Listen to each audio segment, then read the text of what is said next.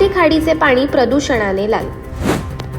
महाड जवळून वाहणारी सावित्री नदी आणि खाडी गेल्या 2 दिवसांपासून लालसर रंगाची दिसत आहे। पावसाचा फायदा घेत औद्योगिक क्षेत्रातील कंपन्यांकडून वाया गेलेले रसायनयुक्त पाणी वाहनांद्वारे थेट नदीत सोडले जात असल्याचा संशय व्यक्त केला जात आहे। महाड औद्योगिक क्षेत्रातील प्रदूषण काही केल्यात थांबण्याची चिन्हे दिसत नसून गेल्या 2 दिवसांपासून महाड जवळून वाहणारी सावित्री नदी आणि लगतच असलेली खाडी प्रदूषित झाली आहे।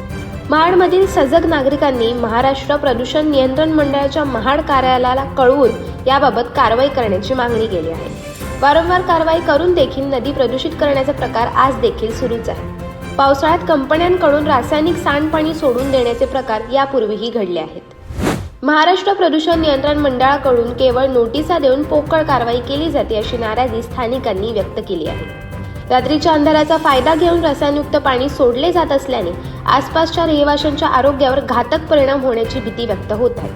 मासेमारीवरही उदरनिर्वाह करणाऱ्या मच्छीमारांना उपासमारीची वेळ येईल असा इशाराही नागरिकांनी दिला आहे। मात्र स्थानिकांकडून अद्याप कोणतीही अधिकृत तक्रार प्राप्त झालेली नसल्याचे महाराष्ट्र प्रदूषण मंडळाने सांगितले असून पाण्याचे नमुने तपासण्यासाठी घेण्यात आले आहेत। अशाच अनेक घटना आणि बातम्या जाणून घेण्यासाठी सबस्क्राईब करा आमचे YouTube चॅनल केवी न्यूज आणि इन्स्टा पेज कृषीवल न्यूजला फॉलो करा।